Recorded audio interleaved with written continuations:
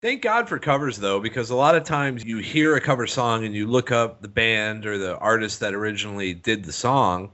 You explore a lot of music that way. Sometimes, it doesn't lead anywhere. Somebody just does a really cool version of a song, and you check out who originally made the song, and you're like, whatever. I know what you're saying, yeah.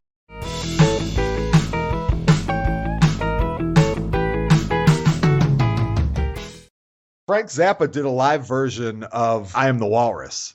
Really? I've never heard that. All I've ever heard is the live versions. He basically introduces by saying, now we're going to do some serious damage to a Beatles song. Do you remember Golden Shower of Hits, Circle Jerks? They did a medley of covers that was phenomenal. We used to jam that when we first started getting buzz. Rush put out an album that was essentially all cover songs. They did Heart Full of Soul. They did a very good job on that. But they're studio musicians extraordinaire. Yeah, right, exactly. Jane's Addiction did a live version of LA Woman that I thought was fucking great. Yeah, I've heard that, and that's cool. Generation X doing that John Lennon song, Give Me Some Truth. Primus did a couple of covers that I really liked. What'd they do? They did Amos Moses, and that was originally done by Jerry Reed. I always hear that NIB cover they do. Which, as far as covers go, I don't find that one all that impressive. I mean, it's cool. Les does his bass thing, and Ozzy's singing, and good. This is my old man moment. There's a band called the Old 97s. They did a version of El Paso, and I always say it's Slim Whitman, but it's not fucking Slim Whitman. You guys ever heard that cover by the White Stripes of Jolene? Yes.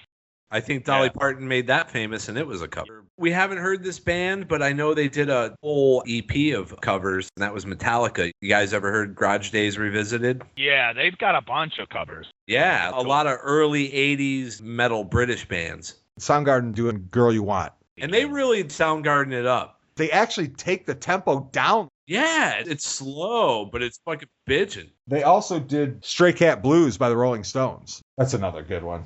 Did we talk about Knocking on Heaven's Door from Guns N' Roses? No, but we can go ahead and skip that. Yeah. I don't like it. Urge Overkill doing Girl You'll Be a Woman Soon. Oh, yeah. Pulp Fiction. Yeah. That's a good one. Vanilla Fudge, You Keep Me Hanging On. They did a funky 70s kind of version of it, which is fantastic. That was originally Diana Ross and the Supremes. There was a CD they put out called Hempilation, where they were basically a bunch of songs about pot. I like it already. There's a really grungy version, and I swear it sounds like it actually recorded in somebody's garage, but it's Nirvana doing Do You Love Me? Horrible recording, though. Crazy great jam, horrible recording. There's a band called Rasputina. The first time I saw them, they opened for Primus. They are basically two chicks on cello and a drummer, and they covered Barracuda by heart. And I mean, live, it was absolutely blow you away great. It's like hitting the lottery when you find a cool live version. Heart does some really good covers of Zeppelin songs. They do the Battle of Evermore. Oh, no shit. That's one of my favorites, man. Celebration Day was done by a band called TKO. Some of these are intriguing me that I want to hear the cover now. Asia did Comfortably Numb. I mean, Asia's done a couple good songs now I've seen, too, where it's like Asia. Asia was in my wheelhouse because they came out when I was a young teenager, and they got hugely popular real fast. So I definitely liked them. Yeah. Well, we've covered a lot of them, but I'm a little surprised that our lists are so crazy different. We are going to have a hard time coming up with 6. Chet, almost everything that you've mentioned, I don't know that I've heard. So I can't wait to start digging into it. Oh, yeah. Just out of curiosity, anyone that you think absolutely belongs in the top 6? The Cure doing Purple Haze is probably one I feel very strongly about. It's very unique, and I like those different types of interpretations. I don't know which one I'd need to say, oh, it's got to be on there. I definitely like Personal Jesus. A haunting, cool song. 2 of the songs on my list were from bands kind of in that genre. New Order and what was the other one? Boys to Men? Tom Philly back again, motherfucker.